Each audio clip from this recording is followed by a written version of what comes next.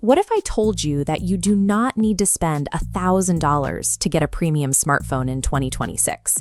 Manufacturers are now packing the sub-$500 tier with hardware that used to cost double. We're talking 120Hz OLED displays, massive 5,000 mAh batteries, and highly capable multi-lens camera systems. But there is a catch. At this specific price point, manufacturing margins are razor thin. An engineering team physically cannot fit top-tier components for every single category into a device and still sell it for under $500. This is why traditional tech reviews that rank budget phones from worst to best are misleading. A universal number one phone does not exist here because every single model requires a deliberate compromise. Buying a device in this price bracket requires you to stop looking for the best overall phone. Instead, you have to choose a highly specialized tool, knowing exactly what capabilities you are giving up in the process. The budget market is split by one heavy trade-off. Holistic reliability focuses on computational software, guaranteed security updates, and a perfectly integrated ecosystem. Hardware dominance spends that exact same budget on raw processing power, thermal management, and ultra-fast charging speeds. You cannot have both. If you demand a flawless point-and-shoot camera, your gaming frame rates will drop. If you want a processor that can emulate high-end games, your photos are going to suffer in low light. To make sure you don't waste your money, we are going to map your specific daily digital habits to the correct hardware profile.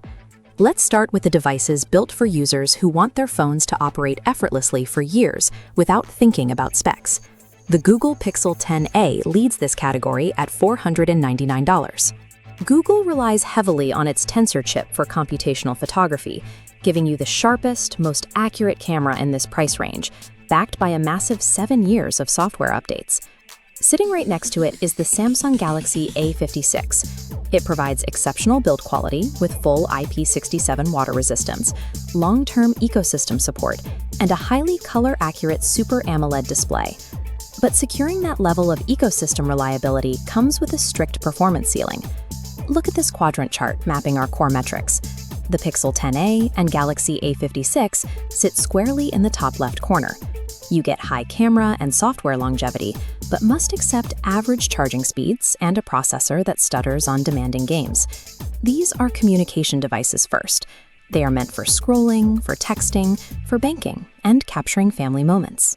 If you want a camera that will reliably freeze a moving pet in focus well into the 2030s, you must abandon any expectation of top-tier gaming frame rates. Now, let's shift gears entirely and look at the exact opposite extreme: smartphone devices that are engineered purely for raw, unadulterated processing speed. The $449 OnePlus Nord 4 operates on a completely different philosophy. It uses a near-flagship Snapdragon 7 Plus Gen 3 processor and pairs it with 12 gigabytes of RAM. In daily use, that means you can keep a dozen heavy applications open simultaneously without a single frozen frame, and run graphically intense games at maximum settings. It also features 100-watt fast charging for its 5,500 mAh battery. You don't plug this phone in overnight. You plug it in for 20 minutes while you shower, and it lasts the entire day. To afford that level of silicon and battery technology under $500, OnePlus had to make severe cuts elsewhere on the assembly line. Bringing our chart back up, the Nord 4 sits entirely in the bottom right quadrant. You get top-tier processing, but you lose wireless charging entirely, and the camera processing simply cannot match the detail or dynamic range of the Pixel. The Nord 4 is a portable gaming console and multitasking engine disguised as a phone. To get those peak frame rates, you have to sacrifice premium social media photography. Finally, we have the outsiders. These phones ignore the main battle over power and cameras entirely, focusing on solving highly specific user problems.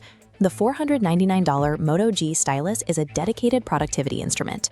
It includes a built-in physical stylus, allowing you to sign PDF contracts on the go, sketch diagrams, and take handwritten meeting notes directly on its 6.7-inch screen. But to get that physical hardware, you will deal with a camera that struggles noticeably in low light, and a processor that provides merely adequate gaming power. Then there is the Nothing Phone 3a, priced around $399. This device is an aesthetic rebellion against cluttered, standard smartphone designs, offering a unique transparent back and a hyper-clean, minimalist user interface. The cost for that futuristic styling? Inferior camera processing compared to its main rivals, and potential carrier compatibility limits depending on where you live in the US. Looking at our chart one last time, both the Moto G and the Nothing 3A land squarely in the lower middle. They aren't trying to win the camera race, and they aren't trying to win the speed race.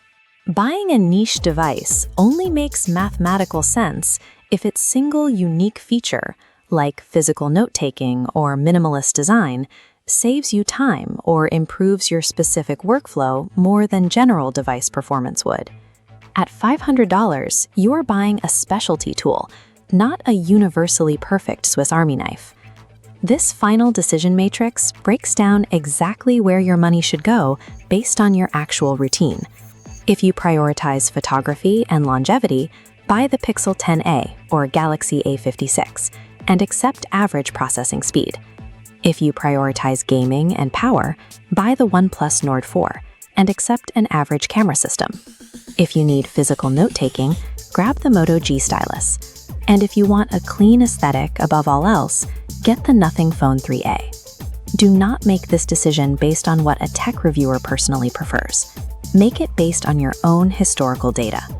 Open your phone's settings right now. Check your screen time analytics. Look at the specific applications that drain your battery the most every single week. Base your investment entirely on that hard data. Drop your chosen specialty in the comments below and hit subscribe to GadgetPulse for more framework-driven tech analysis. Thanks for watching, and I'll see you in the next one.